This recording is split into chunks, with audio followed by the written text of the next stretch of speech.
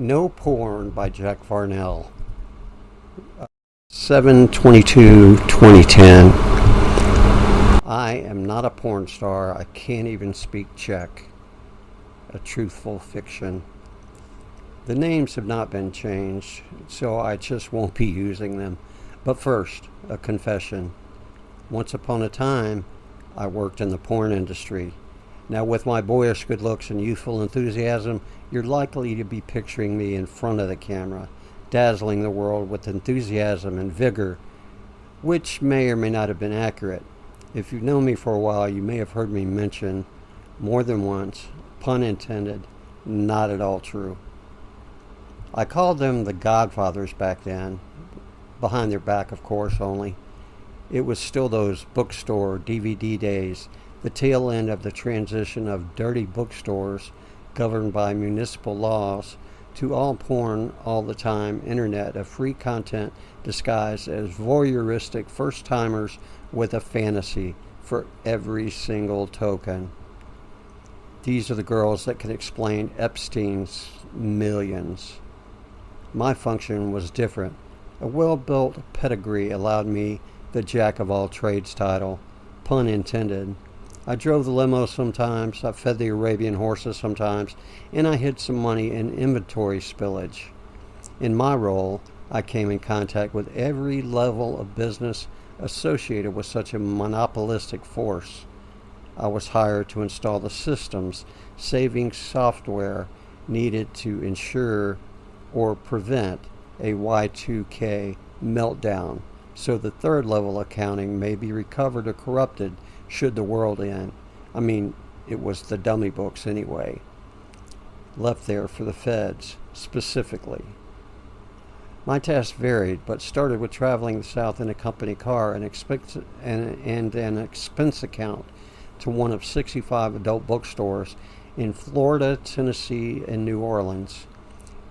It started out at 65 stores, but one of the things that I learned along the way was ways to keep all the people on their toes. It was kind of a game, like an old school generational FBI horseplay kind of thing. There were 65 stores owned by my boss today. Monday it could be 70, 50 on Wednesday, and 100 on the 15th of next month. The circle owned everything needed in the supply chain, all by different companies, all owned by the same people. Talent, content, manufacturing, packaging, and the stores, property. Even the construction company that did the continual remodeling of the stores was owned by the Godfathers. All the revenue from the company stays in that circle. They even freaking own rubber plantations in Brazil in order to mine latex for Doc Johnson and his extraordinary sex toy extravaganza. This is the groundwork for this story. These are some of the players. I have for a long time and for several reasons felt that the extremely wealthy run the risk of extreme desensitization. I mean, what do you buy the asshole who has everything? You don't, really. Apparently you rent them a teen. You know, they get tired of toys so easily. Some of the Me Too folks and icons like that guy, MJ, have one thing in common. Ultra wealth, insatiable egos, and a hunger for more because you can have all the norm you want. If you are a narcissist, it's even worse. To not be talked about than what the masses might be saying. Call me a pedophile, but just talk about me, please. There's a big market for answers that are not provided in the basement of pizza shops. There is no Apollo space program. That's just projection. That's where you tell the truth about the story, but lie about the players and the details. Deniable plausibility. The Sea Witch was a beauty, built by hand in the 1940s with all the opulence you might expect from a 190-foot yacht. A sort of bright light of rescue for all of those that were living in the gray all the time, or so it was said. The rumors were that the walls were going to fall. Only so many had the ability to wait offshore for it to happen, and they did. months and months and months. People were counting on them, and Sergey could be counted on. When the day came, the recruiting had completed.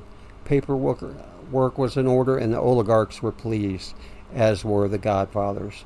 And the sea which steamed away with its cargo, young, beautiful, and full of rescue promise, looking for new endeavors with names like Private, 17, and Eastern Bloc, promise of wealth, and wealthy men at parties, looking for a wife just like you, Natalia.